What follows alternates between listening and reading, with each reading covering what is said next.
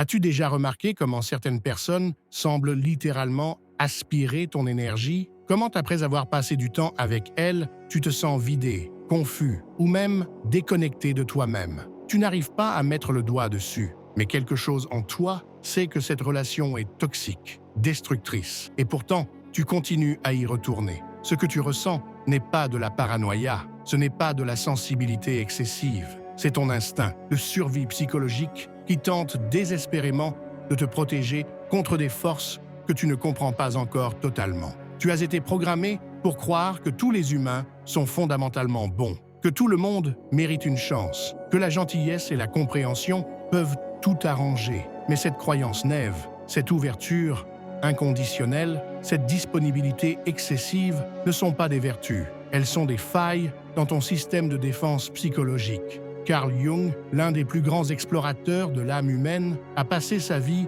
à cartographier les territoires obscurs de la psyché. Il savait que certaines personnes, consciemment ou inconsciemment, représentent un danger mortel pour ton équilibre mental, ton intégrité émotionnelle et ta croissance spirituelle. Il a identifié des archétypes, des patterns de comportement, des structures psychologiques qui agissent comme des parasites sur l'énergie vitale des autres. Aujourd'hui, nous allons plonger dans les profondeurs de la psychologie jungienne pour identifier les 6 types de personnes les plus dangereuses que tu puisses rencontrer. Ces individus ne portent pas d'étiquette d'avertissement. Ils ne ressemblent pas aux méchants des films. Souvent, ils se cachent derrière des masques de charme, de vulnérabilité ou même de spiritualité. Mais Jung nous a donné les clés pour les reconnaître, les comprendre et surtout pour nous en protéger. Cette connaissance va te coûter quelque chose. Elle va te forcer à regarder certaines relations dans ta vie avec des yeux nouveaux. Elle va te demander de faire des choix difficiles, parfois douloureux. Car une fois que tu verras ces patterns, tu ne pourras plus les ignorer. Tu devras prendre la responsabilité de protéger ton espace psychologique, même si cela signifie décevoir des gens, même si cela signifie être seul. Mais cette solitude temporaire est le prix de ta liberté mentale. C'est le prix de ton intégrité. C'est le prix pour devenir la personne que tu es vraiment censé être, sans les distorsions et les manipulations de ceux qui se nourrissent de ton énergie. Prépare-toi à un voyage dans les aspects les plus sombres de la nature humaine. Prépare-toi à reconnaître ces visages dans ton entourage, peut-être même dans ton miroir. Car comme Jung l'a dit, nous ne pouvons vaincre que ce que nous acceptons de voir. La première personne dangereuse que Jung nous a appris à identifier, c'est le vampire psychique. Et attention, ce terme n'a rien de métaphorique, c'est un phénomène psychologique réel, documenté et terriblement destructeur. Le vampire psychique est cette personne qui semble inexplicablement drainer ton énergie vitale à chaque interaction. Pas ton énergie physique, non. Ton énergie psychologique, émotionnelle, spirituelle. Jung appelait cela un transfert énergétique parasitaire. Ces individus ont développé, consciemment ou non, la capacité d'extraire l'énergie vitale des autres pour compenser leur propre vide intérieur. Comment les reconnaître? Ils maîtrisent l'art de la conversation émotionnellement asymétrique. Ils parlent, tu écoutes, ils se plaignent, tu réconfortes, ils ont des problèmes, tu donnes des solutions. Mais jamais l'inverse ne se produit. Quand tu tentes de partager quelque chose d'important pour toi, ils redirigent immédiatement la conversation vers eux-mêmes, ils minimisent tes problèmes, ignorent tes succès, ou pire, ils utilisent tes vulnérabilités contre toi plus tard. Jung expliquait que ces individus souffrent de ce qu'il appelait un complexe de vide existentiel. Ils ont perdu, ou peut-être n'ont jamais eu, la connexion avec leur propre source d'énergie intérieure. Alors, ils deviennent des parasites énergétiques. Ils s'attachent aux personnes sensibles, empathiques, généreuses, et ils pompent littéralement leur force vitale. Le processus est subtil au début. Ils te font sentir spécial, important, nécessaire. Ils créent une dépendance émotionnelle en te faisant croire que tu es la seule personne qui peut les comprendre, les aider, les sauver. C'est un piège psychologique sophistiqué. Plus tu donnes, plus ils en demandent.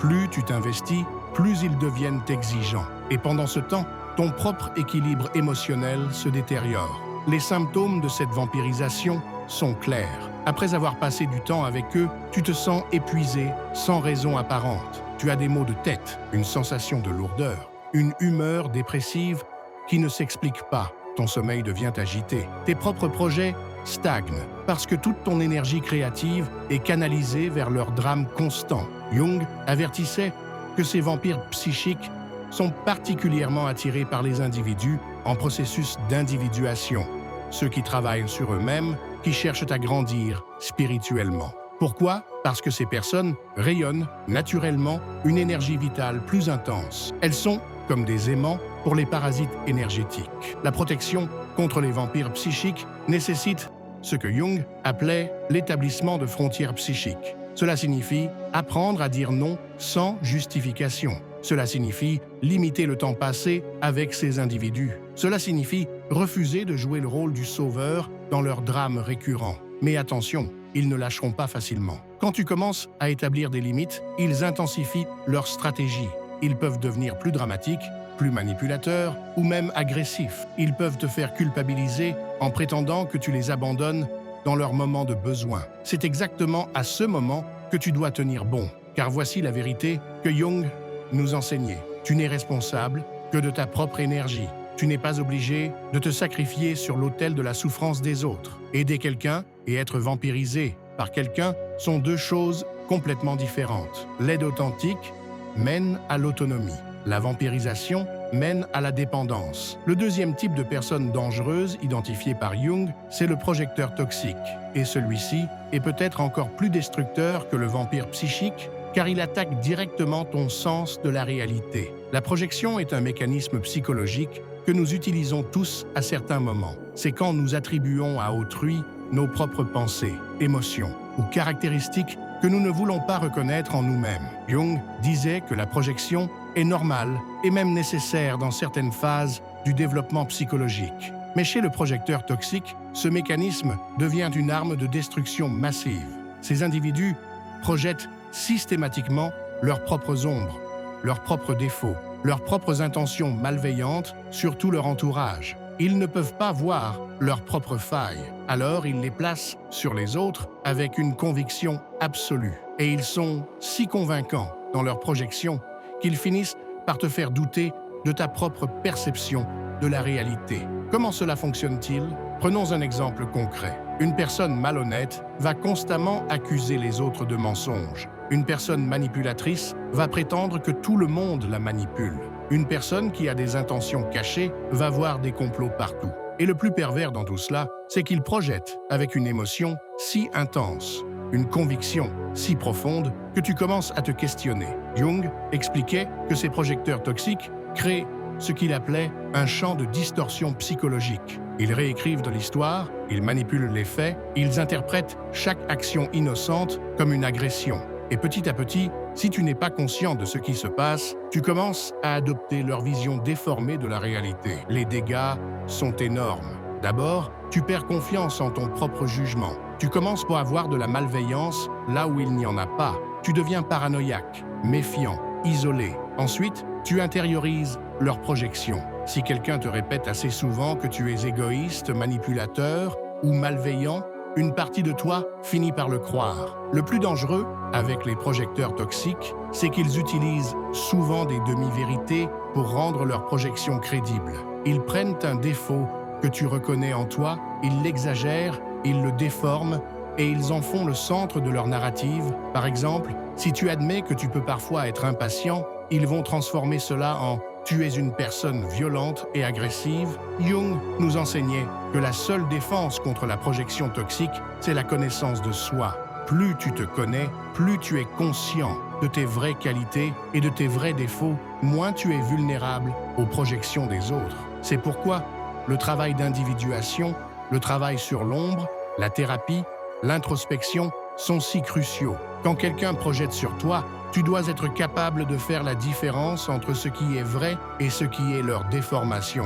Tu dois pouvoir dire « Oui, je peux être impatient parfois, mais non, je ne suis pas une personne violente ». Cette nuance, cette capacité à reconnaître tes défauts sans accepter les exagérations, c'est ta protection. Mais attention, confronter directement un projecteur toxique sur ses projections est souvent inutile et même dangereux. Ces individus ont construit leur identité entière sur le déni de leurs propres ombres. Ils ne peuvent pas reconnaître leurs projections sans risquer un effondrement psychologique. Alors, ils vont se défendre avec une violence émotionnelle proportionnelle à la menace que représente la vérité pour leur équilibre précaire. La stratégie recommandée par Jung était la distanciation progressive. Moins tu donnes de matière à leurs projections, moins ils peuvent te nuire. Cela signifie limiter les informations personnelles que tu partages avec eux. Cela signifie éviter les débats et les justifications. Cela signifie, dans les cas extrêmes,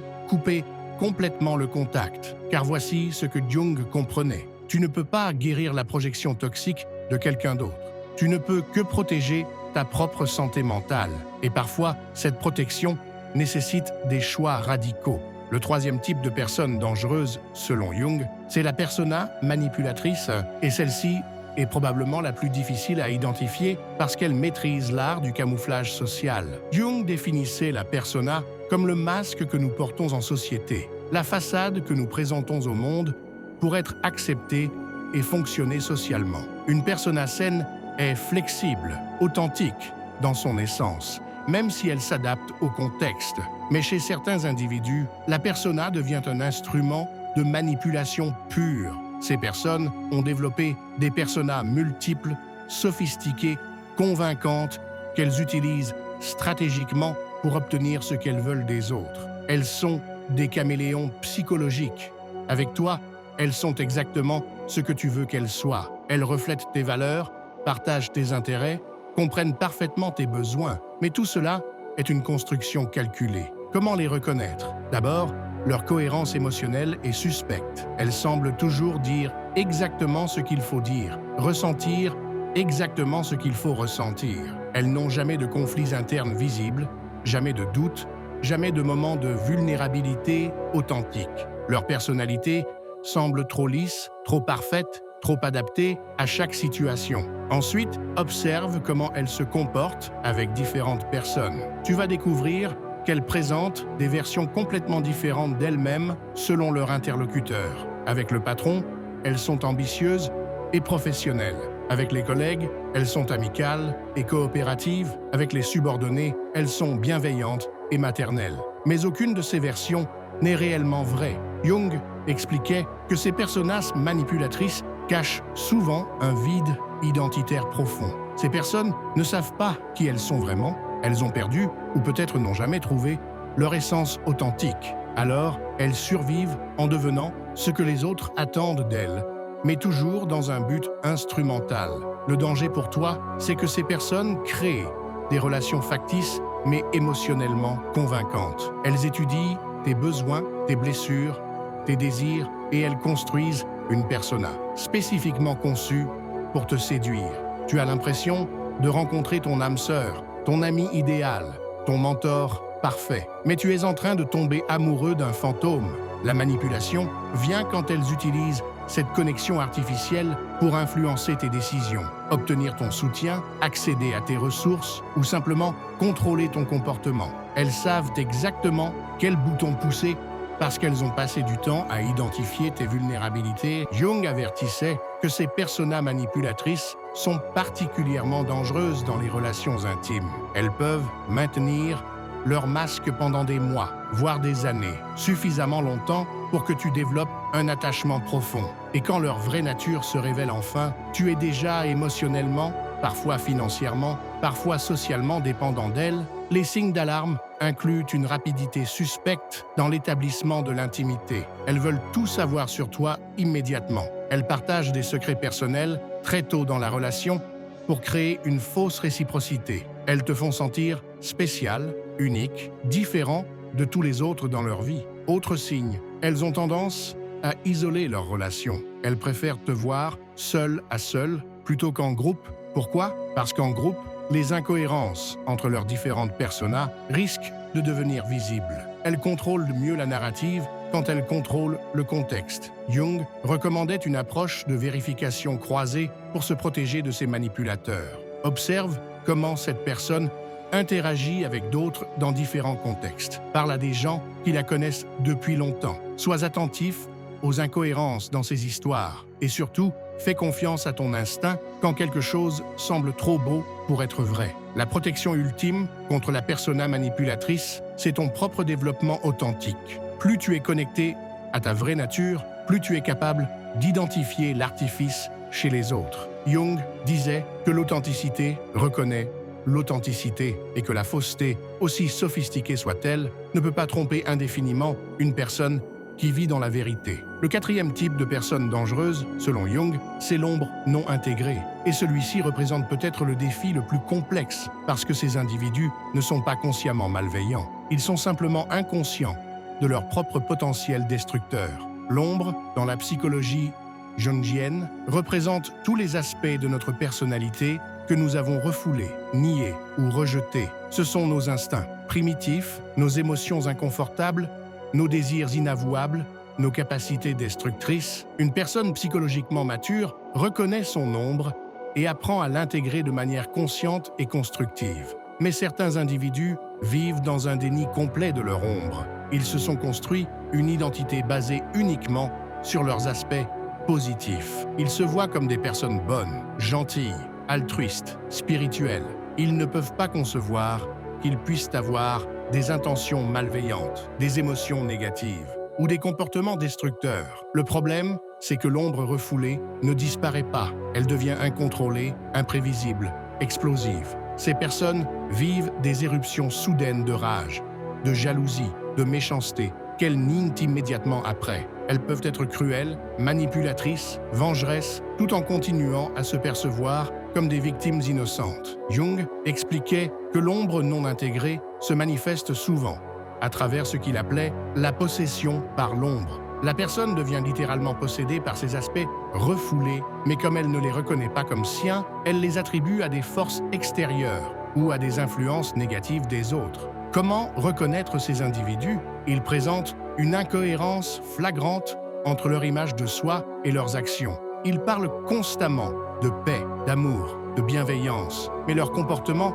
sont souvent agressifs, égoïstes, destructeurs. Ils se positionnent comme des victimes perpétuelles, même quand ils sont clairement les agresseurs. Ils ont aussi tendance à avoir des explosions émotionnelles disproportionnées qui semblent sortir de nulle part. Un moment, ils sont calmes et raisonnables. Le moment suivant, ils sont dans une rage incontrôlable. Et après l'explosion, ils retournent à leur persona positive comme si rien ne s'était passé. Ces individus sont dangereux parce qu'ils sont imprévisibles. Tu ne sais jamais quand leur ombre va émerger, ni quelle forme elle va prendre. Ils peuvent détruire des relations, des projets, des environnements entiers avec leurs éruptions inconscientes, tout en refusant catégoriquement d'assumer la responsabilité de leurs actions. Jung notait que l'ombre non intégrée est particulièrement toxique dans les environnements familiaux et professionnels. Ces personnes créent une atmosphère de tension constante. Tout le monde marche sur des œufs, essayant d'éviter de déclencher leur prochaine explosion. Elles deviennent le centre émotionnel dysfonctionnel autour duquel tout le monde gravite. Le plus pervers, c'est qu'elles utilisent souvent leur identité positive pour manipuler les autres après leurs éruptions. Elles vont dire des choses comme « Tu sais bien que je ne suis pas comme ça normalement » ou « C'est toi qui m'as poussé à bout » ou « Je suis désolé, mais tu dois comprendre que j'étais stressé ». Jung insistait sur le fait que tu ne peux pas aider quelqu'un à intégrer son ombre s'il refuse de reconnaître qu'elle existe. L'intégration de l'ombre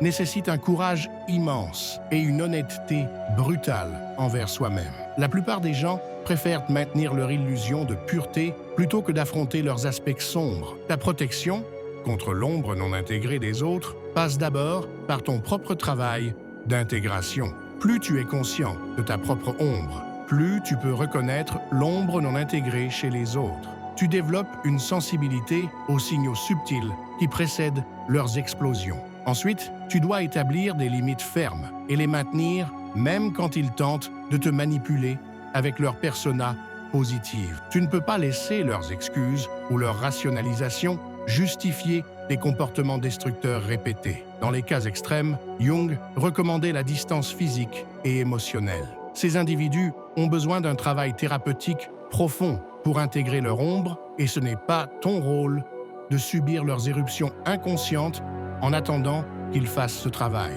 Le cinquième type de personne dangereuse, identifié par Jung, c'est le complexe maternel ou paternel destructeur. Ces individus sont piégés dans des dynamiques parentales dysfonctionnelles qu'ils reproduisent inconsciemment dans toutes leurs relations. Jung a extensivement étudié les complexes parentaux et leur impact sur le développement psychologique. Un complexe maternel destructeur peut se manifester de deux façons principales, la mère dévorante ou la mère absente. Un complexe paternel destructeur peut être le père tyrannique ou le père défaillant. Ces archétypes ne sont pas nécessairement liés au genre biologique, mais plutôt aux énergies psychologiques que ces personnes portent. Le complexe maternel dévorant se manifeste par un besoin obsessionnel de contrôler et de posséder les autres sous prétexte de les protéger ou de les aider. Ces individus étouffent littéralement les gens autour d'eux avec leur amour envahissant. Ils ne peuvent pas respecter les frontières, l'autonomie ou l'indépendance des autres. Ils utilisent la culpabilité comme arme principale. Après tout ce que j'ai fait pour toi, je me sacrifie pour ton bien. Tu es ingrat si tu me refuses cela. Ils créent une dépendance émotionnelle toxique en se rendant indispensables tout en sabotant subtilement l'autonomie de leurs protégés. Jung expliquait que ces individus ont eux-mêmes été étouffés par une figure maternelle envahissante ou au contraire, ils tentent de compenser une carence maternelle en devenant la mère parfaite qu'ils n'ont jamais eue. Dans les deux cas, ils projettent leurs besoins non résolus sur les autres. Le complexe maternel absent, lui, se manifeste par une incapacité émotionnelle totale. Ces personnes sont froides, détachées, incapables d'empathie authentique. Elles peuvent simuler les émotions quand c'est socialement nécessaire, mais elles ne ressentent rien de réel. Elles laissent les autres mourir émotionnellement de faim pendant qu'elles maintiennent leur distance glaciale. Le complexe paternel tyrannique pousse ces individus à dominer, contrôler et imposer leur volonté par la force ou l'intimidation. Ils ne peuvent pas concevoir des relations égalitaires. Il y a toujours un dominant et un dominé, et ils s'attendent à être le dominant. Ils utilisent la colère, les menaces ou la manipulation financière pour maintenir leur position de pouvoir. Le complexe paternel, défaillant, crée des individus qui fuient toute responsabilité, tout engagement, toute autorité. Ils restent éternellement adolescents, attendant que quelqu'un d'autre prenne les décisions difficiles et assume les conséquences. Ils sont charmants, séduisants, mais fondamentalement non fiables. Ces complexes parentaux sont dangereux parce qu'ils recréent des dynamiques familiales dysfonctionnelles dans tous les contextes. Amitié, travail, romance. Si tu entres en relation avec ces personnes, tu vas automatiquement être poussé dans le rôle complémentaire de leur complexe. Avec le maternel dévorant, tu deviens l'enfant dépendant qu'il faut protéger et contrôler. Avec le maternel absent, tu deviens l'enfant affamé d'amour qui mendie des miettes d'affection. Avec le paternel tyrannique, tu deviens le subordonné qu'il faut dominer. Avec le paternel défaillant, tu deviens le parent responsable qui doit tout gérer. Jung soulignait que ces dynamiques sont particulièrement toxiques parce qu'elles touchent nos besoins primaires de sécurité, d'amour et de reconnaissance. Elles réactivent nos blessures d'enfance et nous plongent dans des patterns relationnels régressifs. La reconnaissance de ces complexes nécessite une observation attentive des patterns relationnels. Comment cette personne se positionne-t-elle par rapport aux autres? Quel rôle assigne-t-elle inconsciemment? Quelle dynamique se met en place systématiquement dans ces relations? Jung recommandait de refuser catégoriquement d'entrer dans ces dynamiques, même si la pression sociale ou émotionnelle est intense. Tu dois maintenir ta position d'adulte égale, refuser les rôles parentaux ou enfantins qu'on tente de t'imposer. Cela nécessite souvent un travail thérapeutique personnel pour identifier et guérir tes propres complexes parentaux. Car la vérité inconfortable, c'est que nous attirons souvent des gens qui correspondent à nos propres blessures non résolues. Le sixième et dernier type de personne dangereuse, selon Jung, c'est l'anima, ou animus possédé. Ce concept est peut-être le plus subtil et le plus difficile à comprendre, mais il représente l'une des formes de toxicité relationnelle les plus destructrices. L'anima représente l'aspect féminin inconscient chez l'homme et l'animus représente l'aspect masculin inconscient chez la femme. Dans un développement psychologique sain, ces énergies contrasexuelles sont intégrés consciemment et enrichissent la personnalité. Mais quand quelqu'un est possédé par son anima ou animus, ces énergies prennent le contrôle de manière destructrice. Un homme possédé par son anima devient émotionnellement instable, capricieux, manipulateur. Il utilise les émotions comme des armes, il fait du chantage affectif, il crée des drames constants. Il peut alterner entre une sentimentalité excessive et une cruauté froide. Il cherche constamment des muses à idéaliser, puis à détruire. Une femme possédée par son animus devient dogmatique, argumentative, intellectuellement arrogante. Elle a toujours raison, elle connaît tout, elle juge tout le monde. Elle utilise la logique comme une massue pour écraser les autres. Elle peut être extraordinairement cruelle dans ses analyses et ses critiques. Jung expliquait que ces possessions créent des relations toxiques parce que la personne n'interagit plus authentiquement. C'est l'anima ou l'animus qui mène la danse et ces énergies archétypiques sont capricieuses, exigeantes, impossibles à satisfaire. L'homme possédé par son anima va te mettre sur un piédestal, puis te faire chuter brutalement quand tu ne corresponds plus à son fantasme idéalisé. Il va exiger que tu sois sa muse, sa déesse, sa sauveuse, puis il va te punir d'être humaine avec des défauts et des limites. La femme possédée par son animus va constamment critiquer, corriger, éduquer. Elle ne peut pas accepter que tu aies des opinions différentes, des approches différentes, des connaissances qu'elle n'a pas. Elle va transformer chaque conversation en débat qu'elle doit gagner. Ces possessions sont particulièrement destructrices dans les relations amoureuses. L'anima possédé cherche l'amour fusionnel, l'union mystique, l'extase romantique constante. Quand la réalité ordinaire s'impose, elle devient vengeresse et destructrice. L'animus possédé cherche l'admiration intellectuelle, la reconnaissance de sa supériorité, la soumission aux vérités qu'il proclame. Jung notait que ces individus alternent souvent entre des périodes de charme intense et des périodes de toxicité extrême. Pendant les phases de charme, ils peuvent être les personnes les plus fascinantes, inspirantes, séduisantes, que tu aies jamais rencontrées. Mais quand la possession reprend le dessus, ils deviennent méconnaissables. Le piège, c'est que tu peux devenir accro à leur phase de charme.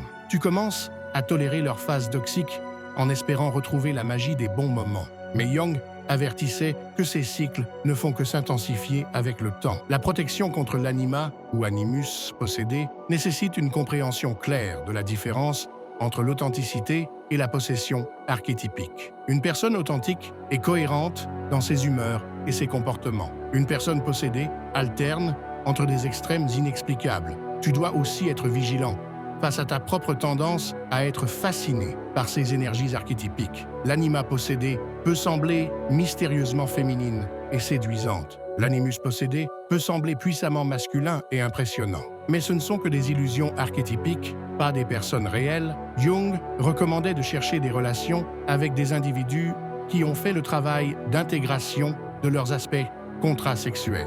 Ces personnes sont complètes, équilibrées, capables d'intimité authentique, sans possession ni fusion destructrice. Maintenant que nous avons exploré ces 6 types de personnes dangereuses, il est crucial de comprendre que cette connaissance vient avec des responsabilités. Tu ne peux plus prétendre ignorer ces patterns quand tu les vois. Tu ne peux plus te cacher derrière la naïveté ou l'espoir que les gens vont changer spontanément. Jung insistait sur le fait que reconnaître ces archétypes destructeurs n'est que la première étape. La vraie transformation commence quand tu prends la responsabilité de protéger ton espace psychologique, même si cela dérange, même si cela déçoit, même si cela t'isole temporairement, car voici la vérité que Jung nous enseignait. Tu ne peux pas sauver ces personnes, tu ne peux pas les guérir, tu ne peux pas les changer. La seule chose que tu puisses faire, c'est de refuser de participer à leur jeu destructeur et de préserver ton propre équilibre psychologique. Cela demande du courage. Le courage de dire non. Le courage de partir. Le courage d'être seul plutôt que d'être détruit. Le courage de choisir ta santé mentale plutôt que l'approbation sociale. Mais cette solitude temporaire est le prix de ta liberté. C'est le prix de ton intégrité. C'est le prix pour devenir la personne que tu es vraiment censé être, sans les distorsions et les manipulations de ceux qui se nourrissent de ton énergie. Jung nous rappelait que l'individuation, le processus de devenir qui nous sommes vraiment, est un chemin solitaire. Peu de gens sont prêts à faire ce voyage. La plupart préfèrent rester dans leurs patterns familiers, même s'ils sont destructeurs, plutôt que d'affronter l'inconnu de leur propre vérité. Mais toi, tu as choisi différemment. En regardant cette vidéo, en apprenant à reconnaître ces archétypes toxiques, en décidant de protéger ton espace psychologique, tu as fait le choix de la croissance plutôt que de la stagnation. Ce n'est que le début. Le vrai travail commence maintenant. Tu vas devoir observer tes relations actuelles avec des yeux nouveaux. Tu vas devoir identifier quel pattern toxique tu as toléré, quelle personne draine ton énergie, quelle dynamique sabote ta croissance. Et tu vas devoir faire des choix difficiles, des choix qui peuvent sembler égoïstes aux yeux de ceux qui bénéficient de ton sacrifice, des choix qui peuvent temporairement t'isoler de ton environnement habituel. Mais souviens-toi de ce que Jung disait, celui qui regarde vers l'extérieur rêve, celui qui regarde vers l'intérieur se réveille. Il est temps de te réveiller, il est temps de reprendre le contrôle de ton espace psychologique. Il est temps de choisir la conscience plutôt que l'inconscience. Cette transformation ne sera pas facile. Il y aura des moments de doute, des moments de solitude, des moments où tu te demanderas si tu n'es pas en train de devenir trop difficile, trop exigeant, trop sélectif dans tes relations. Mais c'est exactement dans ces moments que tu dois te rappeler pourquoi tu as commencé ce voyage. Tu l'as commencé parce que tu en avais assez de subir. Tu en avais assez d'être vampirisé, manipulé, utilisé. Tu en avais assez de perdre ton énergie dans des relations toxiques qui ne t'apportaient rien en retour. Jung nous enseignait que la vraie force ne consiste pas à tout endurer, mais à choisir consciemment ce que nous acceptons dans nos vies. La vraie sagesse ne consiste pas à comprendre tout le monde, mais à protéger notre propre équilibre psychologique. Alors aujourd'hui, je te pose cette question. Qu'es-tu prêt à sacrifier pour ta paix mentale? Quelles relations es-tu prêt à remettre en question? Quelles habitudes es-tu prêt à changer? Quelle solitude es-tu prêt à accepter temporairement pour retrouver ton intégrité? Car la vérité, c'est que tu mérites mieux que la médiocrité relationnelle. Tu mérites des relations qui te nourrissent, qui te grandissent, qui respectent qui tu es. Tu mérites un entourage qui célèbre ta croissance plutôt que de la saboter. Mais pour attirer ces relations authentiques, tu dois d'abord nettoyer ton espace psychologique. Tu dois d'abord te libérer de ces 6 types de personnes dangereuses que Jung a identifiés. Tu dois créer de l'espace pour que les bonnes personnes puissent entrer dans ta vie. Cette vidéo touche à sa fin, mais ton voyage ne fait que commencer. Si ce contenu a résonné en toi, si une vérité a émergé que tu ne peux plus ignorer, alors agis.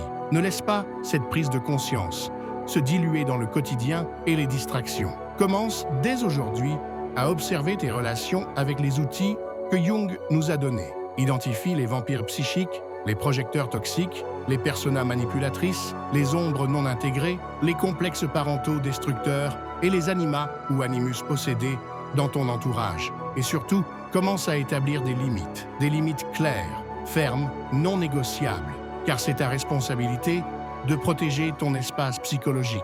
Personne d'autre ne le fera pour toi. N'oublie pas, les faibles cherchent l'approbation de tous. Les forts choisissent consciemment qui mérite leur énergie.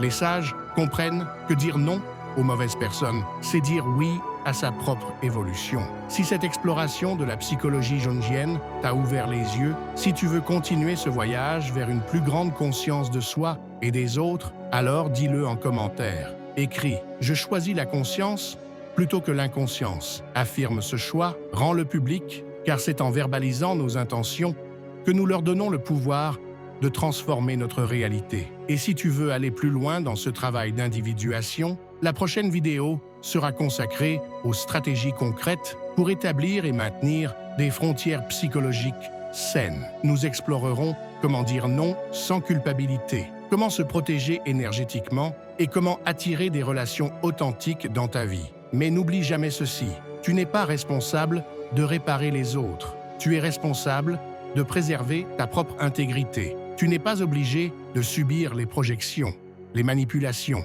et les drainages énergétiques des autres sous prétexte de la bonté ou de la compréhension. La vraie compassion commence par la compassion envers soi-même. Et parfois, cette compassion nécessite des choix qui peuvent sembler durs aux yeux du monde, mais qui sont nécessaires pour ton équilibre et ta croissance. Alors va et choisis consciemment. Choisis tes relations comme tu choisirais les aliments que tu nourris ton corps, avec discernement, avec respect pour toi-même et avec la ferme intention de nourrir ce qu'il y a de meilleur en toi, car c'est cela, l'héritage de Jung, la liberté de choisir qui nous sommes et qui nous laissons influencer notre devenir. Cette liberté est ton droit de naissance. Il ne tient qu'à toi de la revendiquer.